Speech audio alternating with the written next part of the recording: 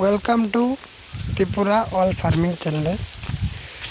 আজকে তোমাদের দেখাবো, আমি আগের ভিডিওতে বলেছিলাম যে আমি আরও 2টা ট্যাঙ্কি বানাবো শহরের। আপাতত আমার 2টা ট্যাঙ্কি আছে ওখানে, আবার এখানে 2টা ট্যাঙ্কির জন্য প্রস্তুতি নিচ্ছি। এই ট্যাঙ্কিটা 2টা ট্যাঙ্কি হবে 18 ফুট বাই 8 ফুট। দেখো ইট নিয়ে এসেছি, এখন টেন্স কাটা হয়ে গেছে, বালু দিয়েছি। আমার মিস্ত্রি কাল পরশু চলে আসবে। কত টাকা লাগে বা টোটাল খরচা তোমাদের দেখাবো। এখানে অলরেডি আমার 2টা রুম তো আছে, তোমরা দেখলে সবাই। আরও এখন এখানে তুলছি, এখানেও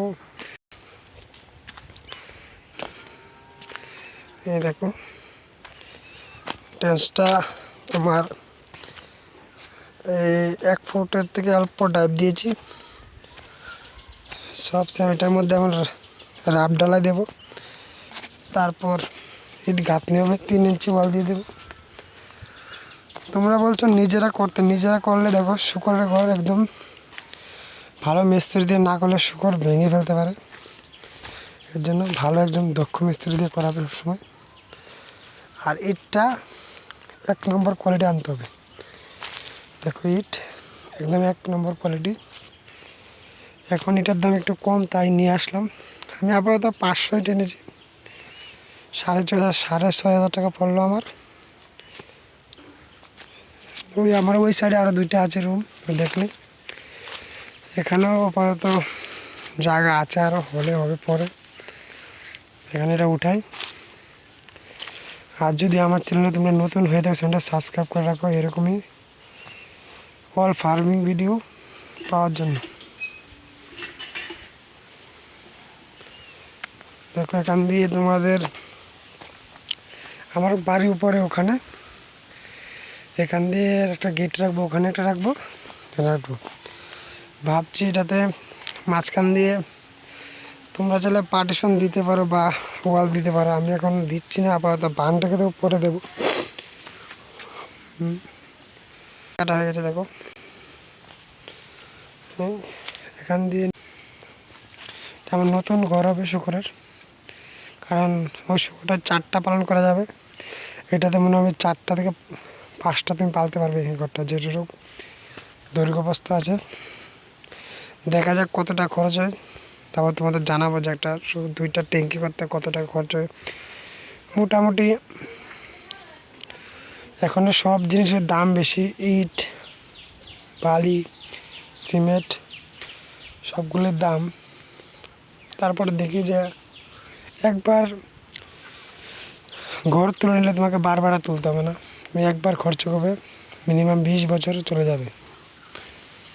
কারণ তুমি যদি চাও মাটিতে শুকর পালন করবে, আমি প্রথম শুকর আমি এনেছিলাম, প্রথম আমি এখানে পালতাম এই জায়গাটায়, এই গাছের সাথে বেঁধে বেঁধে। শুকরের কাদা একদম মাটিটা খারাপ করে দিত আর নোংরা করতে বেশি। এর জন্য আমার ওই সাইডে 2টা আছে ট্যাঙ্কি, এখানে আবার 2টা করছি টোটাল। এদিকে এই রুমটা ওটা থেকে বড় হবে আমার লাগছে, ওইটা 17 বাই 8, এটা 18 বাই 8, 1 ফুট বেশি আছে। এখন 500 ইট আপাতত আনলাম, দেখি হয় কি না।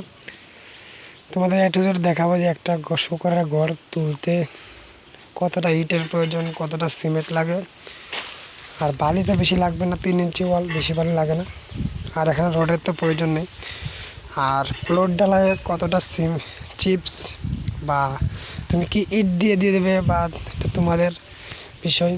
কারণ আমার মতে ইট দিলে হবে, ইট দিলে তোমার যদি পরবর্তী তুমি শুকরের ঘরটা ভেঙে ফেলো তাহলে তোমার ইটগুলো কাজে লেগে যাবে।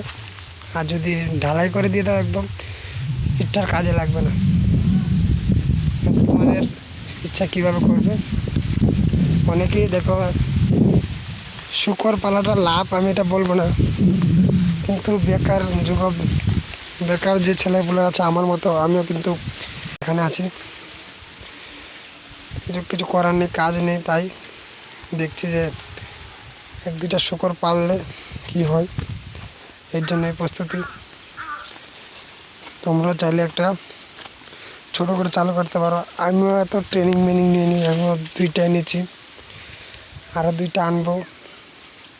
এভাবে ছোটো থেকে চালু করো, বেশি বড় করার দরকার নেই, কারণ বেশি প্রথম থেকে ট্রেনিং না হলে আমরা সবাই জানি শুয়োরের যদি একবার প্রবলেম হয় একদম পুরো লস হয়ে যায়। তার জন্য প্রথম থেকে প্রস্তুতি নিয়ে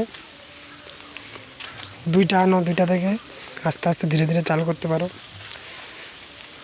সাথে আরও কিছু করো, বেকার বসে থাকার থেকে এটা তুমি ডেলি 2-3 ঘন্টা সময় দাও, সময় দিলে সারবে।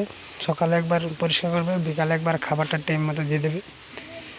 আর নেক্সট ভিডিওতে আমি কী কী খাবার দিই এটা জানাবো তোমাদের, যে শুকরকে কী কী খানা দিতে হয় বা কী খানা দেওয়া দরকার অল্প দিনে বড় করার জন্য, এটা নিয়ে ভিডিও বানাবো। ধন্যবাদ সবাইকে, নমস্কার। আর যদি আমার চ্যানেলটা নতুন হয়ে থাকো, সবাই চ্যানেলটাকে সাবস্ক্রাইব করে দিও। দেখা হচ্ছে পরের ভিডিওতে।